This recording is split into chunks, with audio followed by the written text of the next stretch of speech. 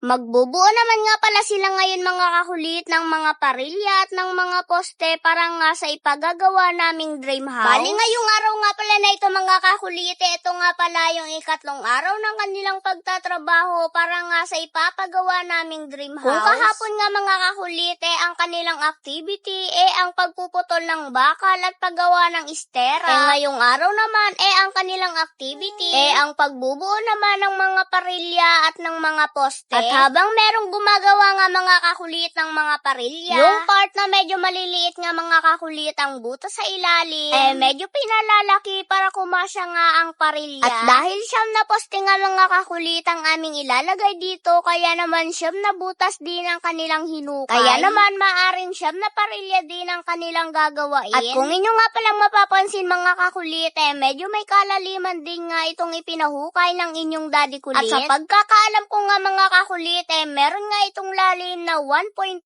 meters. At ang luwang naman nito mga kakulit, 1 meter by 1 meter. Kung meron nga akong followers mga kakulit na maalam din gumawa ng ganitong bahay, at merong malaking experience sa ganitong klase ng trabaho, pwede ba akong makahingi ng kaunting ideya kung tama nga lamang ba ang lalim at luwang ng aming magiging pundasyon? Humihingi nga ako sa inyo ng ideya mga kakulit dahil hindi na nga kami nagpagawa ng plano or house plan, sapagkat simpleng bahay nga lamang mga kakulit ang aming ipapagawa, kaya naman hindi na nga kami nagpagawa ng plano. Kumbaga itong aming ipapagawa mga kakulit, susuyaban nga lamang yung kusina nitong ating munting bahay kubo. Pero kahit ganun pa man mga kakulit ang aming ipapagawa na simpleng bahay nga lamang, humihingi pa rin nga ako sa inyo ng kaunting payo at kaunting ideya, sapagkat ang inyong daddy kulit mga kakulit, hindi naman lahat ng ganitong klaseng trabaho na-experience niya. Kumbaga yung mga part na ginagawa ng inyong daddy kulit, yun nga yung mga alam niyang trabaho. Hindi na nga rin kami mga kakulit kumuha ng formal. Dahil uulitin ko, simple nga lamang ang aming ipapagawa na bahay. Ang importante at mahalaga nga lamang sa amin mga kakulit,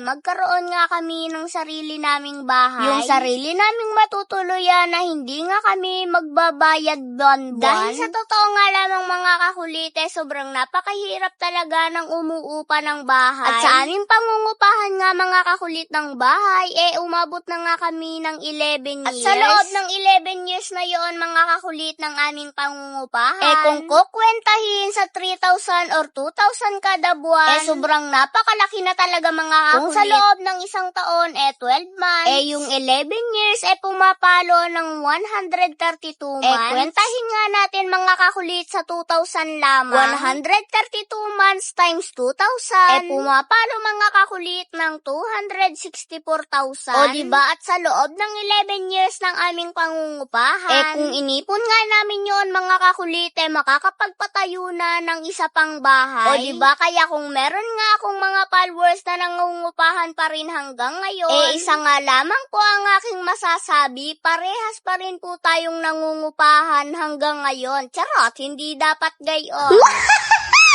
So yun lamang mga kakulit, at abangan nyo na nga lamang ulit ang aming mga susunod na video about dito sa aming ipapagawang bahay. See you next vlog, I love you all. Charot, hindi dapat gayon.